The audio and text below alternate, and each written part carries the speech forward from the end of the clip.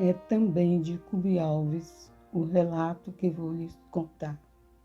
E agora é sobre aquela recepção com o almoço oferecido a Abdu'l-Bahá.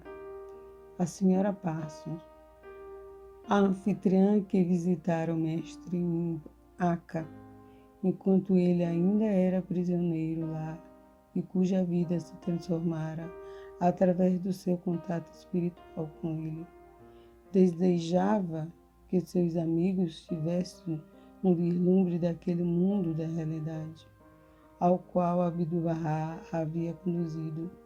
Então organizou a recepção para o almoço na casa em Dublin e convidou umas 20 pessoas, todas elas destacadas em vários ramos de atividade.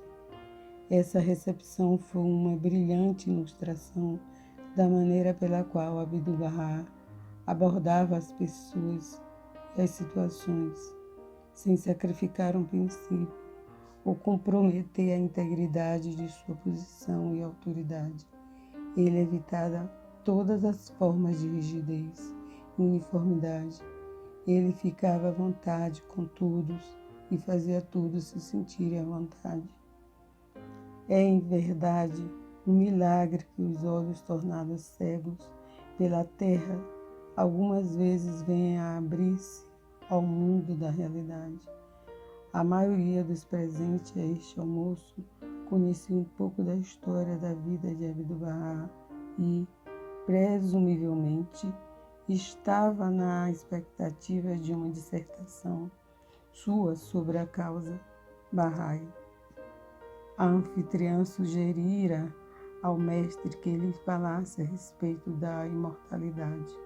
Contudo, à medida que a refeição prosseguia, e nada mais do que os lugares comuns da sociedade polida eram mencionados, a anfitriã fez um alerta. Segundo pensou, para Abdu'l-Bahá falar sobre assuntos espirituais. Suas respostas a isso foi perguntar se o permitiriam lhes contar uma história. Ele então narrou um dos contos orientais, dos quais possuía grande suprimento, e ao concluir, todos riram entusiasticamente. O gelo foi quebrado. Outros acrescentaram histórias que a anedota do mestre os fizeram recordar. Então Abdu'l-Bahá, com a face radiante de alegria, contou mais algumas histórias. Seu riso ressoava por toda a sala. Ele disse que os orientais tinham muitas histórias ilustrando diferentes faces da vida. Muitas delas são extremamente humorísticas. É bom rir, disse ele. O riso é um descanso espiritual. Ele disse que quando estavam na prisão, sob extrema privação e dificuldades, cada qual, ao fim do dia, relatava o fato mais engraçado que havia acontecido. Algumas vezes foi difícil achar um, mas sempre podiam rir, até que as lágrimas escorressem-lhes pela face. A felicidade, disse ele, nunca é dependente das circunstâncias materiais. Do contrário, quão triste teria sido aqueles anos. Na realidade, porém, eles sempre estiveram no máximo estado de júbilo e felicidade. Não havia nada mais do que isso que se aproximasse de uma referência a si próprio ou aos ensinamentos divinos. Mas sobre aquele grupo pairava um silêncio e um respeito que nenhuma dissertação erudita lhe podia ser ocasionada. Aqueles americanos notáveis na vida pública haviam recebido o impacto da verdade, geralmente ausente na sua prática, e olhavam com outros olhos o visitante do Oriente. olhos que refletiam profunda admiração e respeito, e o grande coração de Abdu'l-Bahá envolveu a todos. Depois que os convidados se retiraram e antes de ir para o hotel, Abdu'l-Bahá aproximou-se de sua anfitriã e perguntou-lhe, com um leve sorriso, quase ansioso, segundo ela costumava dizer, semelhante a uma criança pedindo aprovação, se ela estava satisfeita com ele. Ela nunca pôde falar desta conclusão da reunião sem profunda emoção.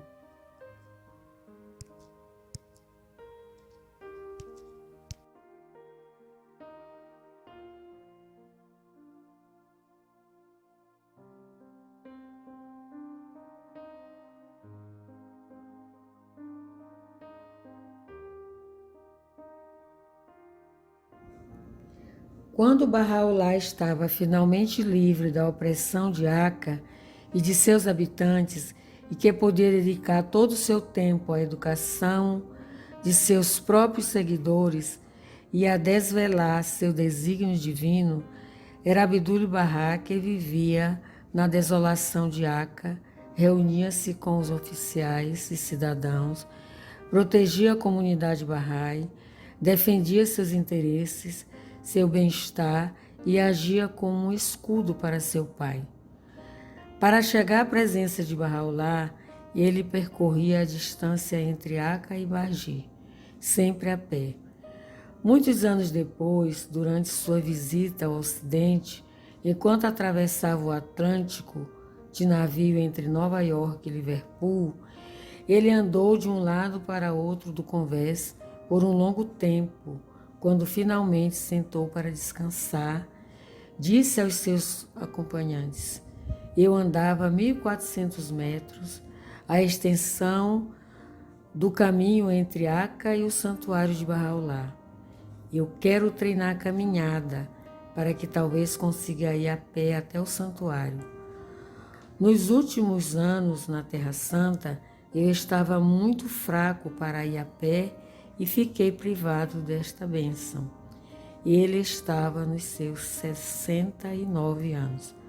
Tarazullah Samandari, distinta mão da causa de Deus, que aos 16 anos foi um peregrino na presença de Bahá'u'lláh, recordou um dia em que acompanhou Abdu'l-Bahá na caminhada de Aca a Bargi. Tinha chovido muito e o chão estava molhado, mas ao dobrar a curva da estrada e ter a plena visão de Bargi, Abdu'l-Bahá prostou-se e pôs sua fronte na terra encharcada. E conforme muitos testemunhos, foram inúmeras as ocasiões em que, quando Abdu'l-Bahá se aproximava de Bargi, Bahá'u'lláh se dirigia àqueles em sua presença e dizia, o mestre está vindo, apressai ao seu encontro e o acompanhai. Samandari recordou também um outro dia da sua memorável peregrinação, quando Bahá'u'lláh aplicou-lhe uma gentil, amável, porém muito significativa admoestação. Por vários dias não havia sido chamado à presença de Bahá'u'lláh, e encontrando uma pequena criança da família, pediu-lhe que fosse portadora de uma petição sua a Bahá'u'lláh, depois de assegurar que ele se encontrava só. A petição era pela bênção de ser admitido à sua presença. Quando a conseguiu, Bahá'u'lláh disse, não vês o mestre todos os dias? Samandari respondeu que sim, e Bahá'u'lláh disse, então por que falas de não haver estado aqui em minha presença por vários dias, tu que vês o mestre todos os dias e recebe a honra de sua companhia? Bahá'u'lláh igualava o encontro com Abdu'l-Bahá com o seu próprio encontro.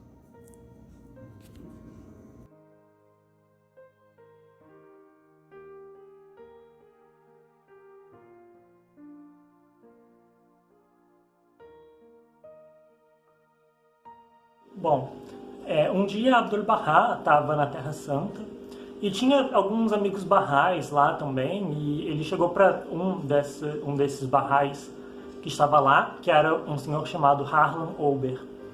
E ele disse para Harlan Ober que ele devia fazer uma viagem para a Índia para ensinar a fé, fazer algumas atividades da fé lá.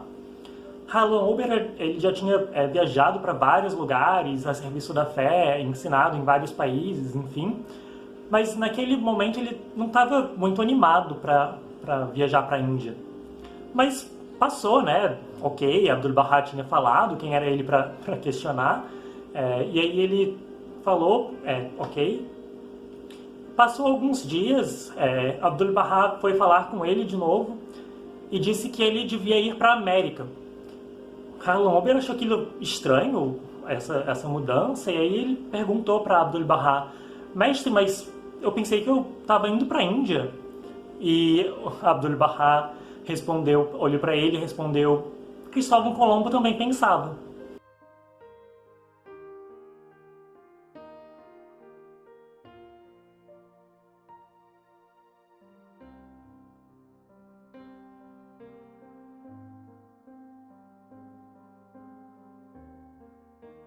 A história que vou contar é um relato de Howard Cubby Ives sobre um fim de semana de 9 de agosto de 1912, quando foi convidado como hóspede de Abdu'l-Bahá em Dublin.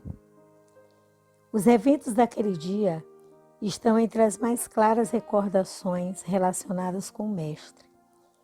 Nessa época, cerca de 4 meses após meu primeiro encontro com ele, eu me encontrava ainda quase tão distante quanto antes de qualquer real compreensão. Ele entrou na sala onde eu o aguardava e me abraçou, perguntando se eu estava bem e contente. Devemos estar sempre contentes, disse ele. Deus deseja felicidade para todas as suas criaturas. Foi durante essa conversa que mais uma vez eu lhe perguntei, como fizera tantas vezes, por que deveria eu crer em Bahá'u'lláh. Ele me fitou, perspicaz e longamente. Seu sorriso se ampliou. Parecia estar apreciando uma situação celestial que não deixava de ter o seu lado humorístico. Em seguida, ele estava amorosamente grave de novo. Após um silêncio, um tanto longo, ele disse que não era concedido a todos falarem frequentemente de sua santidade Cristo aos homens. Disse que eu devo agradecer a Deus todos os dias por esta grande dádiva, pois os homens têm esquecido totalmente os puros ensinamentos desta essência do desprendimento. Observou que sua santidade Bahá'u'lláh fala disso no livro da certeza e que eu devia estudá-lo cuidadosamente. Neste livro está explicado como estas estrelas do céu da revelação de Cristo têm caído na terra dos desejos mundanos. Esta condição é aquela, disse ele, a qual Cristo se refere quando fala da opressão ou aflição dos últimos dias.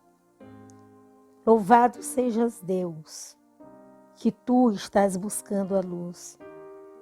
Cumpre-te manifestar a luz, expressar em palavras e ações os puros ensinamentos de sua santidade Cristo. Perante orgulhosos, devemos ser humildes, disse ele.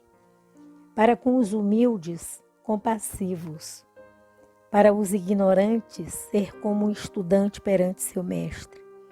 Para os pecadores, como o maior dos pecadores. Para o pobre, ser um benfeitor. Para o órfão, um pai. Para o idoso, um filho. Orienta-te, não pelos líderes da teologia sectária, mas pelo sermão da montanha. Não busques recompensa terrena, mas antes aceita as calamidades em seu serviço, como fizeram seus grandes discípulos. Ele sorriu para mim com tal radiância celestial que eu fiquei sentado, cativado e sobrepujado por uma emoção indescritível. Então, ele ficou silente e seus olhos fecharam. Pensei que ele estivesse cansado, porque sem dúvida estava, pois sua constante atividade permitia pouco repouso.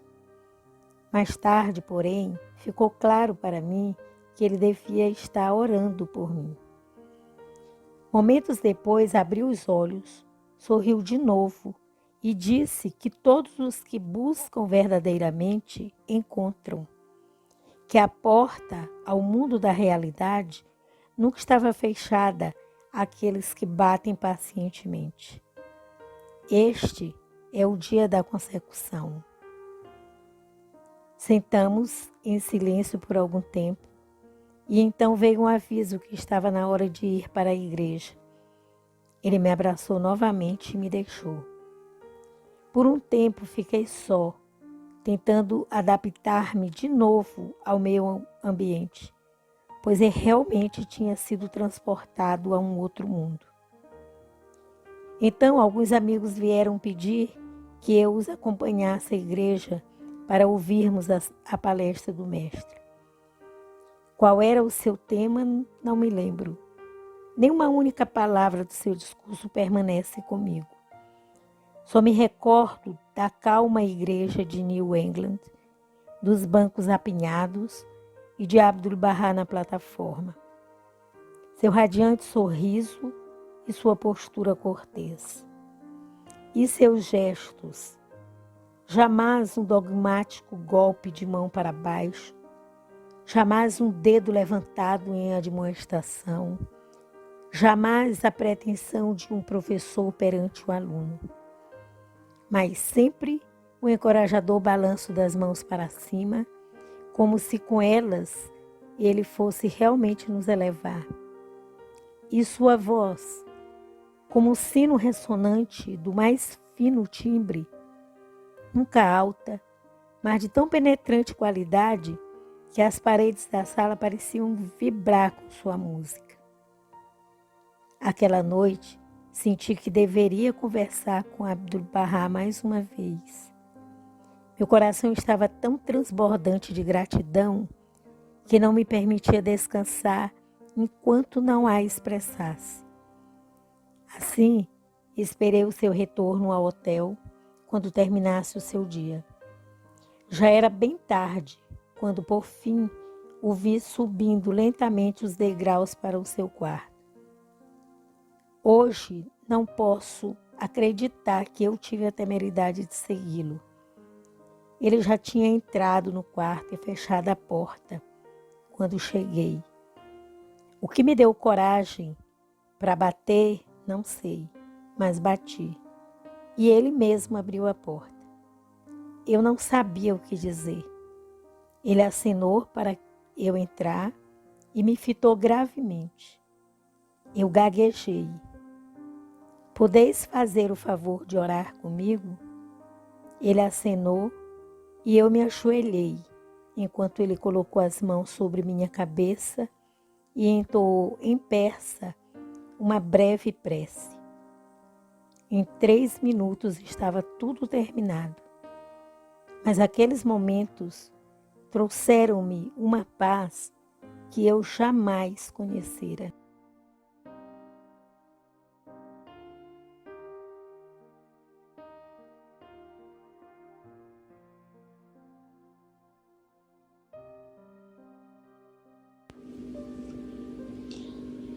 Vamos falar um pouco sobre o agudo senso de humor de Abdu'l-Bahá.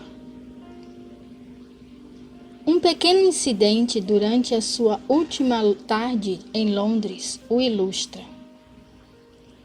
Um repórter desejava saber quais eram os planos futuros de Abdu'l-Bahá. Para surpresa daquele repórter, Abdu'l-Bahá falou em inglês e disse que estava indo a Paris e depois de volta ao Egito.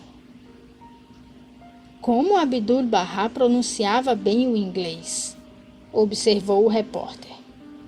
Depois disso, Abdu'l-Bahá levantou-se e, dando alguns passos pela sala, pronunciou uma série de palavras complicadas em inglês, como hipopótamos.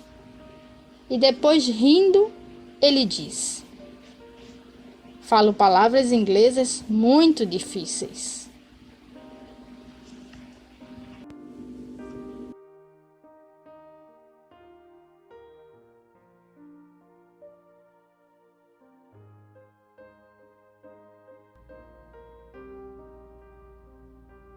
Boa noite, amigos.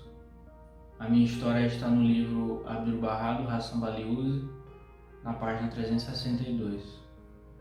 A história retrata o período no qual o mestre faz sua segunda visita à Grã-Bretanha, no qual ele chega de navio a Liverpool no dia 13 de dezembro de 1912. Ele permanece 13 e 14 de dezembro em Liverpool, e no dia 16 de dezembro ele vai para Londres de trem. Em Londres, alguns amigos já estavam à sua espera, entre eles estava Lady Blomfield, na qual se mudou de seu apartamento para ceder seu apartamento para que o mestre ficasse. A história ela retrata uma ocasião em que uma visita chegou inesperadamente. Duas senhoras escocesas foram a Londres para visitar Abdu'l-Bahá. Elas tinham em mente que iriam visitar Abdu'l-Bahá e queriam regressar na mesma noite de trem, pois Lady Blomfield já tinha garantido a elas que elas teriam 1 ou 2 horas de conversa com o mestre sem que ninguém as interrompesse. Eis que chega um jornalista.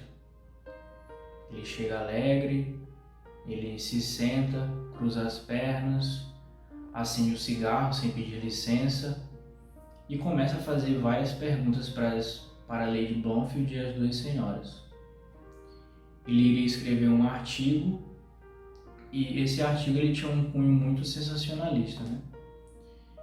Então, logo após isso, Abdu'l-Bahá pede a esse jornalista que acompanhe ele a outro cômodo.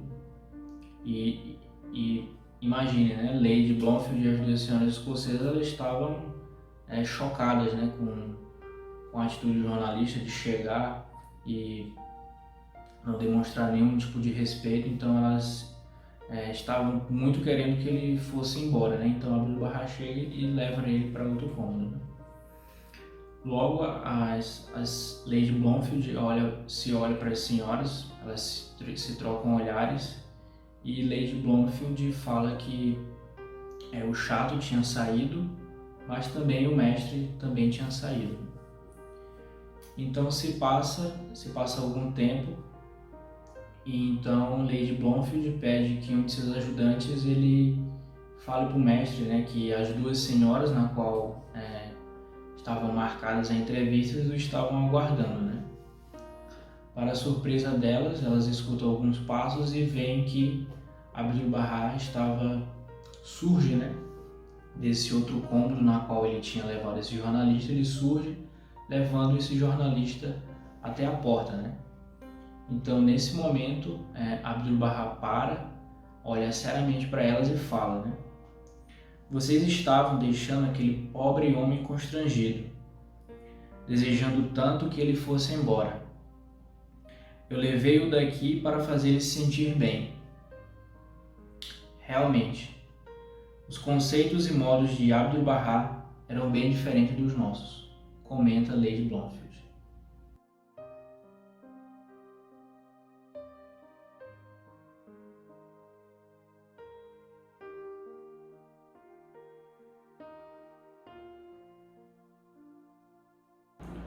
Boa noite, amigos. A história que eu irei contar agora retrata a infância de Abdu'l-Bahá, onde nós vamos perceber que desde a sua infância sua vida foi repleta de tribulações e provações. A história é do período em que Bahá'u'lláh foi encarcerado um episódio um atentado contra a vida de Naseerin Shah, o Shah da Pérsia do Irã. A casa de Bahá'u'lláh nesse período foi saqueada, suas terras e posses foram confiscadas, de modo que a família sagrada ficou da noite para o dia sem todos os seus bens. Abdu'l-Bahá relembra essa história da seguinte forma: o desprendimento não significa falta de meios materiais. Ele é marcado pela liberdade do coração. Em Teherã, possuímos todos os bens no anoitecer e na manhã seguinte estávamos privados de tudo, a ponto que não tínhamos nenhum alimento para comer. Eu tinha fome, mas não havia sequer pão para comer.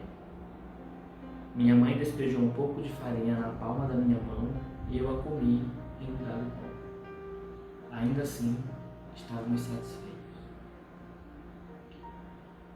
Em outro episódio da infância de Abdu'l-Bahá, ele lembra que naquele período foi um período de terríveis calamidades e ataques organizados pelos inimigos da fé Babi contra Bahá'u'lláh e sua família. A ponto que a casa de Bahá'u'lláh foi atacada e diversas pedras foram jogadas à casa, de forma que o jardim ficasse abarrotado delas. Por segurança, a mãe de Abdu'l-Bahá levou todos para um outro bairro, onde ela alugou uma casa, ficava de fundo para uma ruela, e cuidou de todos eles nessa casa, de modo que todos ficassem em segurança. Mas um dia, os meios de subsistência deles estavam ficando escassos, e a mãe de Abdu'l-Bahá pediu que ele fosse até a casa da tia dele, pedir que ela conseguisse alguns quiranes, que na época era uma moeda de prata que era utilizada no Irã. Abdu'l-Bahá, obedecendo sua mãe, foi até a casa de sua tia e ela fez o que pôde para ajudá-los, entregando uma moeda no valor de 5 quiranes enrolada em um pano. No caminho de volta para casa, Abdu'l-Bahá foi reconhecido por alguns meninos na rua, em que gritaram: "Olha aqui um Babi!" E a partir daí começaram a seguir Abdu'l-Bahá. Abdu'l-Bahá fugiu deles, nessa perseguição dos meninos que estavam na rua, até que conseguiu se esconder por trás de um portão de uma casa. E ali permaneceu até que ele ficasse em segurança e pudesse continuar seu caminho de volta para casa. Ele ficou ali até a noite e depois de ter saído de lá foi reconhecido novamente e alguns meninos gritando atrás dele continuaram a persegui-lo, com o objetivo de atirar pedras nele. Abdu'l-Bahá consegue fugir desses meninos, chegar em casa, mas ele estava muito esgotado por conta de ter corrido muito e fugido desses meninos. A mãe de Abdu'l-Bahá, preocupada com o que tinha acontecido com ele, nada pôde compreender, pois ele não podia articular uma só palavra, e ao adentrar em casa, ele desmaiou.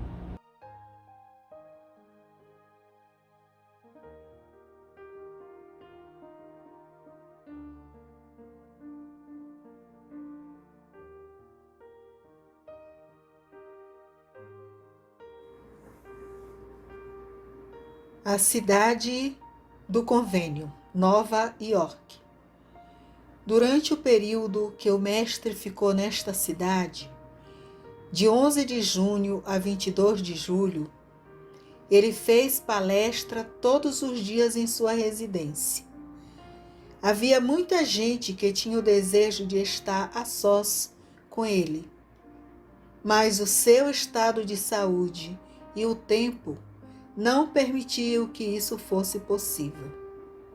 Então, ele precisou estabelecer um critério para receber, em particular, apenas aqueles que ele não havia visto antes e que tinham um problema realmente urgente. Os demais seriam recebidos em conjunto. Juliette Thompson relata um incidente desse período que mostra como ele concedia a cura aos aflitos e enfraquecidos de espírito.